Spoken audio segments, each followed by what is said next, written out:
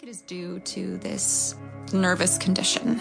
But John says if I feel so, I shall neglect proper self-control. So I take pains to control myself. Before him, at least. And that makes me very tired. I don't like our room a bit. I wanted one downstairs that opened on the piazza and had roses all over the window and such pretty old-fashioned chintz hangings. But John would not hear of it. He said there was only one window and not room for 2 beds, and no near room for him if he took another. He is very careful and loving and hardly lets me stir without special direction. I have a scheduled prescription for each hour in the day. He takes all care from me, and so I feel basely ungrateful not to value it more. He said we came here solely on my account and that I was to have perfect rest and all the air I could get. Your exercise depends on your strength, my dear, said he, and your food somewhat on your appetite, but air you can absorb all the time. So we took the nursery, at the top of the house. It is a big, airy room, the whole floor nearly, with windows that look all ways and air and sunshine galore. It was nursery first, and then playground and gymnasium, I should judge, for the windows are barred for little children and there are rings and things in the walls. The paint and paper look as if boys' school had used it. It is stripped off, the paper in great patches all around the head of my bed, about as far as I can reach, and in a great place on the other side of the room low down.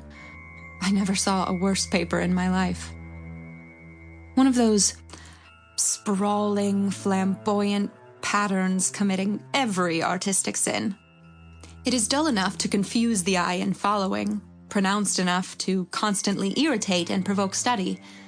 And when you follow the lame, uncertain curves for a little distance, they suddenly commit suicide, plunge off at outrageous angles, destroy themselves in unheard-of contradictions.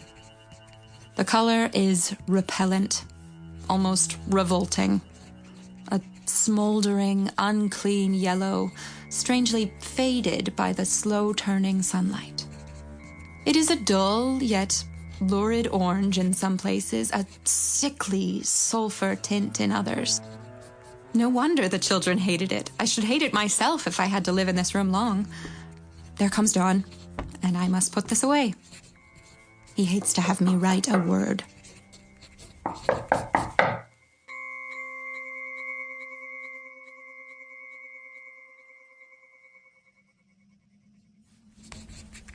We have been here 2 weeks, and I haven't felt like writing before since that first day. I am sitting by the window now, up in this atrocious nursery, and there is nothing to hinder my writing as much as I please, save lack of strength.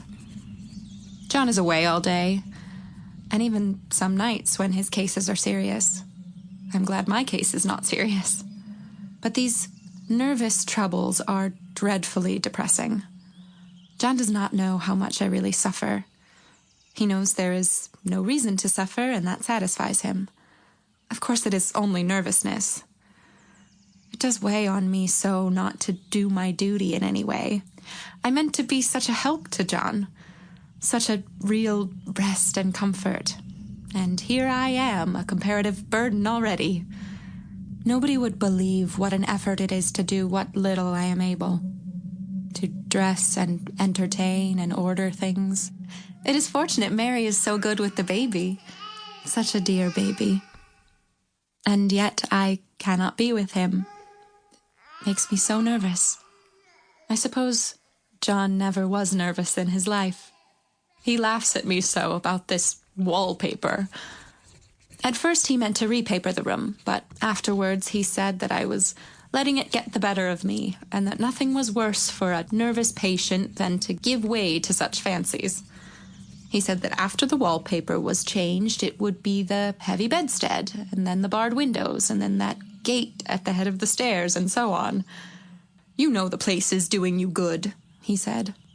And really, dear, I don't care to renovate the house just for a 3 months' rental. Then do let us go downstairs, I said. There are such pretty rooms there. Then he took me in his arms and called me a blessed little goose and said he would go down cellar if I wished and have it whitewashed into the bargain.